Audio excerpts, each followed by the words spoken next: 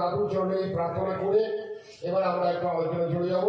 প্রথমে আলোচনা করবে বাউল থেকে আগত শ্রী শ্রী ঠাকুরের প্রতিপবিত্র বাংলাদারি কর্মী আমাদের অরুণ সরকার ভাই। জয়গুরু।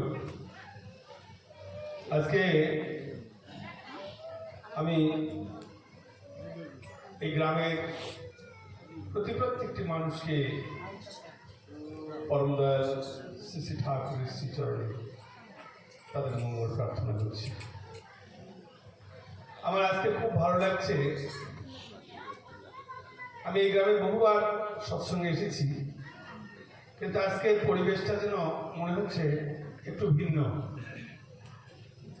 তার কারণ মায়েদের উপস্থিতিটা আমাকে খুব আনন্দ দান করছে। না জাগিলে ভারত ললনা, এ ভারত আর জাগে না জাগে না। কবির কল্পনা, কিন্তু সেটা কতখানি সত্য পরম দয়াল শ্রী ঠাকুর বিভিন্ন কথোপকথনের মধ্যে দিয়ে সেটা বলেছে। কারণ আমরা এখানে যারা বসবাস করি গ্রামগঞ্জে, ছোটখাটো গৃহস্থ মানুষ বা হয়তোবা কিছু চাকরিজীবী মানুষ, কিছু শ্রমজীবী মানুষ, সবাই মিলেমিশে আমরা বসবাস করি। বিশেষত আমরা সবাই সংসারী, আমাদের প্রত্যেকের পিছনে সংসার আছে। আর একটা সংসারকে ঠিকভাবে নিয়ন্ত্রিত করে সুন্দর পরিচালনার মধ্যে দিয়ে একটা সংসারকে সুন্দর করে তুলতে পারেন মায়েরাই। তাহলে আমাদের মায়েদের যে জাগ্রত হওয়ার কথা বলা আছে, যে না জাগিলে ভারত লড়না, এ ভারত আর জাগে না জাগে না, তো সেটা শ্রী শ্রী ঠাকুর তিনি নিজের জীবন দিয়ে, তার সংসার জীবনের মধ্যে দিয়ে বহু ঘটনা, এরকম আমাদের যে শিক্ষণীয় বিষয়গুলি, সেগুলি বহু ঘটনা আমরা তার লেখার মধ্যে জানতে পারি।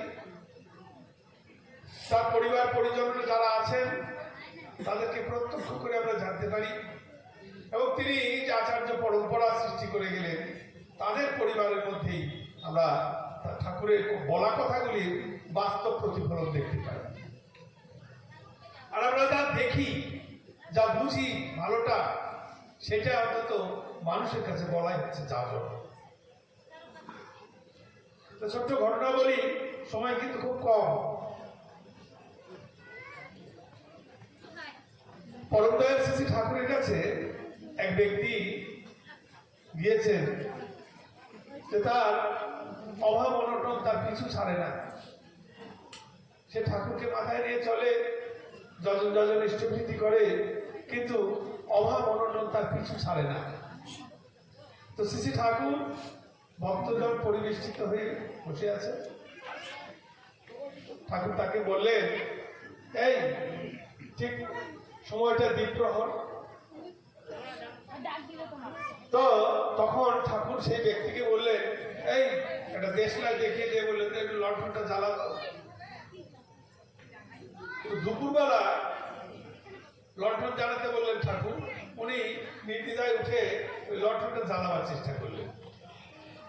তো লণ্ঠন জ্বালাতে গিয়ে একটা, দুটা, তিনটা দেশলাইয়ের কাঠি খরচ হয়ে যাচ্ছে, কিন্তু লণ্ঠনটা তার ঠিক ঠিক জ্বালানো হচ্ছে না। তো এসব দেখে শুনে শ্রী শ্রী ঠাকুর বললেন, বন্ধ কর। এক সেবককে তিনি পাঠালেন ভেতরে, জগৎজননী শ্রী শ্রী বর্মাকে ডাকতে বললেন।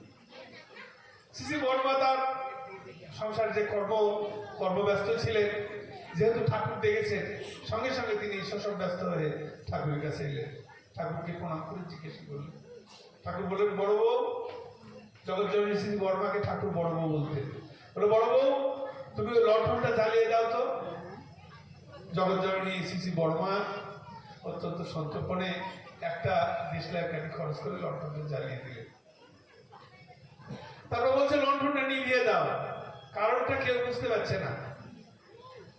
আমাদের সাধারণত আমাদের ঘরের মায়েরা আলাদা করা হয় যে দুপুরবেলা লণ্ঠন জ্বালাতে, বুড়া বয়সে আবার ঢং, দুপুরবেলা লণ্ঠন জ্বালাতে হবে, এরকম উত্তরটাই আমরা প্রত্যাশা করি বেশিরভাগ। কিন্তু জগৎজননী শ্রী বর্মা নির্বিকারে সেই লণ্ঠনটা জ্বালিয়ে দিলেন, এবং জ্বালিয়ে দেওয়ার পরে যে দাদাটি অনটনের কথা ঠাকুরকে বলতে এসেছিলেন, তাকে একটা জাগতিকভাবে তিনি শাসন না করেও তাকে একটা শিক্ষা দিলেন যে আমরা একটা দেশলাই কাঠিকে অবলীলায় খরচ করে ফেলি। ছোট্ট ছোট্ট ঘটনা যেগুলি আমাদের জীবনে বড় বড় ভাগ তৈরি করতে পারত। আর একদিন পরমদয়াল শ্রী ঠাকুর দুপুরের ভোগ হয়েছে, তিনি বিছানায় এসে বসেছেন এবং এক সেবক ঠাকুরের হাতে একটা লবঙ্গ তুলে দিলেন। ঠাকুর লবঙ্গ মুখে দিলেন, তো লবঙ্গটা মুখে দিতে গিয়ে কোনোভাবে পড়ে যায়, সেটা আর খুঁজে পাওয়া যাচ্ছে না। ঠাকুর চারিদিকে খুঁজছেন কোথায় কোথায় পড়লো লবঙ্গটা। তো যিনি সেবক ছিলেন তিনি আর একটা লবঙ্গ বের করে ঠাকুরের জন্য দেওয়ার জন্য ধরে আছেন, কিন্তু ঠাকুর ব্যস্ত ওই লবঙ্গটা খুঁজে বের করবার জন্য। তারপরে যতক্ষণে লবঙ্গটা পাওয়া গেল, পাওয়ার পরে সেটাকে ধুয়ে ঠাকুর মুখে দিলেন, বললেন দেখ একটা লবঙ্গ তুই অবহেলা করতে পারিস, যে একটা লবঙ্গকে অবহেলা করতে পারে সে একটা সাম্রাজ্যকে অবহেলা করতে পারবে। এই যে আমাদের সংসার জীবনে ছোট্ট ছোট্ট ঘটনা, যে ঘটনার মধ্যে দিয়ে আমাদের সুশিক্ষিত হওয়া যায়। ডিগ্রিধারী অনেক পাণ্ডিত্য থাকতে পারে, কিন্তু আমাদের সংসার জীবনে যে ছোট্টখাট্ট বিষয়গুলি যেগুলি আমাদেরকে সুনিয়ন্ত্রিত করতে পারে এবং আগামী জীবন আরো সুন্দর হতে পারে, সুখের হতে পারে, এই সমস্ত বিষয় পরমদয়াল শ্রী ঠাকুর তিনি তার দীর্ঘ 81 বছরের জীবনে তিনি শুধু বলে ক্ষান্ত হননি, তিনি আমাদের দেখিয়ে দিয়ে গেলেন। এবং বংশ পরম্পরায়, আচার্য পরম্পরা, আমরা যে যাই দেওঘরে ঠাকুরের চরণে প্রণাম করতে যাই, আচার্য সঙ্গ করতে যাই, তার মূল কারণগুলি কিন্তু এইরকম। তো আমরা জীবনে একটু একটু করে যদি নিয়ন্ত্রিত হই, হতে হতে দেখা যাবে একটা সমাজের নিকৃষ্টতম মানুষ, যে মানুষটাকে সবাই ঘৃণার চোখে দেখতো, যে মানুষটাকে কেউ ভালোবাসতো না, সেই মানুষগুলিকেও ঠাকুর সুন্দর করে তুলতে চাইছেন। তার কাজ এইটা, আর কিছু না। জগতে মানুষের বড় অভাব, লোক সংখ্যা 140 কোটি পেরিয়ে গেছে, কিন্তু জগতে মানুষের অভাব। আমরা পরম দয়ালের কাছে এসেছি শুধুমাত্র মানুষ হওয়ার জন্য। আমি কথা বাড়াবো না, সময়টা সংক্ষেপ।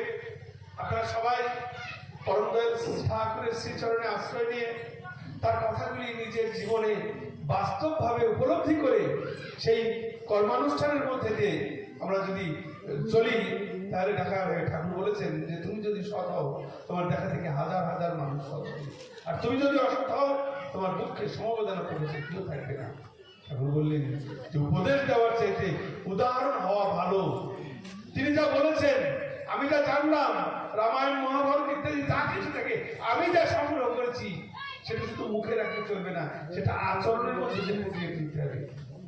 এবং তোমার মুখে বলবার কোনো প্রয়োজনই পড়বে না, সাধু সাজবার কোনো প্রয়োজনই পড়বে না, সাধু হতে হবে। শ্রী ঠাকুরের কাছে এসে এইটুকু আমরা জেনেছি, এইটুকু বুঝেছি, তাই আপনাদের এত জোরের সঙ্গে কথাগুলি বললাম। আপনারা চেষ্টা করে দেখবেন ঠাকুরের কথাগুলিকে, ঠাকুরের বইপুঁথিগুলি পড়ে, ঠাকুরের সঙ্গ করে, দেওঘর যাতায়াত করে আপনারা নিজের জীবনের কথাগুলিকে মিলিয়ে দেখবেন। পরম দয়ালের আতুল চরণে আপনাদের প্রত্যেকে